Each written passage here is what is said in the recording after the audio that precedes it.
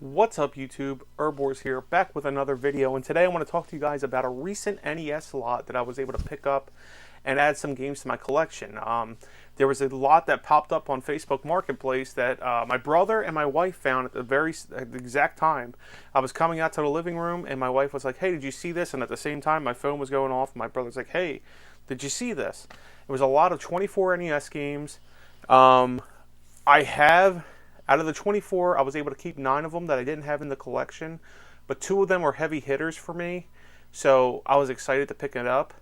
The guy was asking a reasonable price. What the 2 heavy hitter games are worth was way less than what the guy was asking. I want to say that even one of the games is worth what the guy asked for the whole lot. So once I saw it, I was looking at it, and I was like, I thought about it for like 5 minutes. I was like, yeah, I guess I should go get it. But it was like pouring rain outside. And I was like, yeah, but you know what? These games don't come up.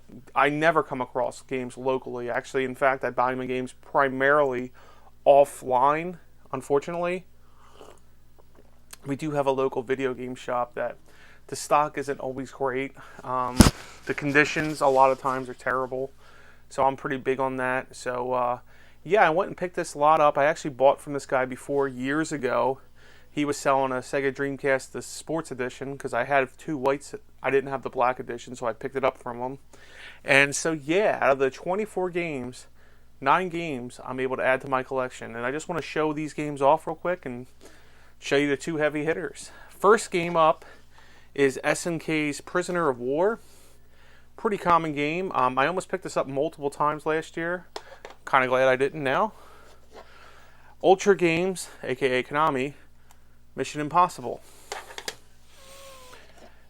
Peter Pan and the Ice Pirates. Now this cartridge was in really good condition. A lot of these games were filthy. Like, what I mean like is the contacts were really, really dirty. Peter Pan fired up right away. The game cartridge looks like, I'll be honest, I'll be shocked if it was played much at all. And the pins were pretty clean.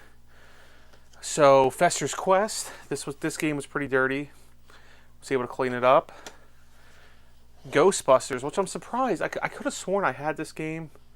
I don't. I know I have it for the Master System, but pretty excited to own it now on the NES. Now I want to pick up the Atari version and the Commodore 64 version, because I know there's a Commodore version for that as well. Okay, The Simpsons Bart vs. the World. The label's okay. It looks like a little faded, maybe. But I don't own this, so we're going to add it to the collection for now. And if I get an upgrade later, we'll add it to the collection. Now, out of my 20... Well, actually, I've been collecting my whole life, but I want to say I got into video game collecting hardcore in like year 2000, 2001-ish. I would say 2000. And out of my whole collecting experience, life or whatever, this is by far the dirtiest cartridge I've ever had to clean. I'm talking about the pins, the contacts. I went through like 9 Q-tips. I used my 1-up card on this, multiple 1-up cards on this. It was a very, very, very dirty. To be honest, I didn't think I was going to get it to work, but it actually fired up for me.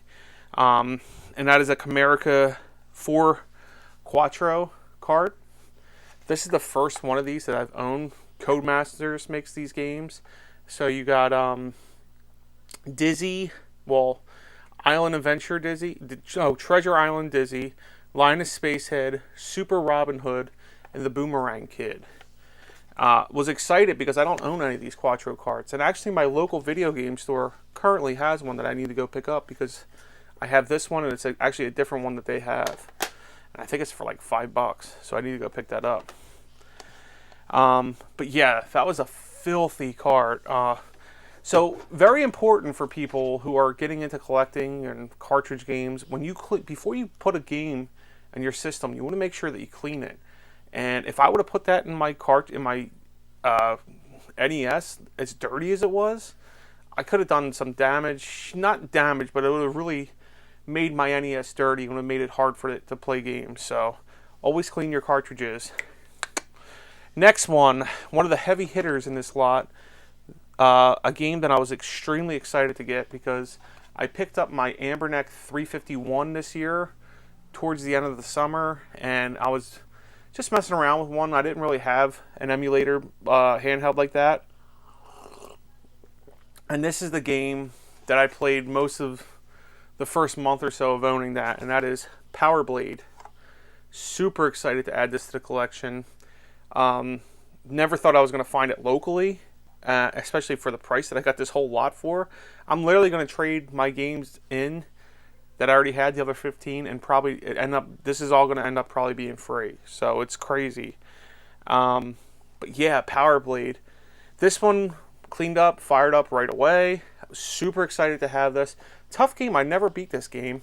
To be honest, I never even played it until this summer when I started playing it on the Amberneck. And it's just funny that I kind of had like a couple weeks where I was kind of obsessed with this game that it shows up locally. It's just funny how the world works. So yeah, that was the lot. First heavy hitter. Here's the real heavy hitter. And that is Gargoyles Quest 2. This is a game that I've always wanted. Super expensive. In fact, last I checked, it was even more than I remember it going for. So the fact that I was able to get this in a lot locally, super surprising, made me super happy. And I owe it all to my wife and my brother for finding this lot for me basically around the same time. And my brother texted me, he's like, "Are you going to go get this?" And I was like, and I was like, I was like, I have some of these games, but then I saw the heavy hitters. I was like, oh yeah, I'm definitely going to go get this. So yeah, I was able to go pick this up, and I was able to add 9 games to the collection and hopefully recoup most of my money back. I should, to be honest, I should definitely get almost all my money back. So yeah, sometimes buying lots are worth it. I'm not really a guy that likes to flip games and stuff. There's a bunch of collectors locally that does that, but that's just not who I am. I don't like to deal with money with people and haggling, and that's just not who I am. So, super excited to add this lot to the collection. What have you guys picked up? Anything cool? Any good lots? Let me know in the comments below. Thank you so much for watching. Erbwars out.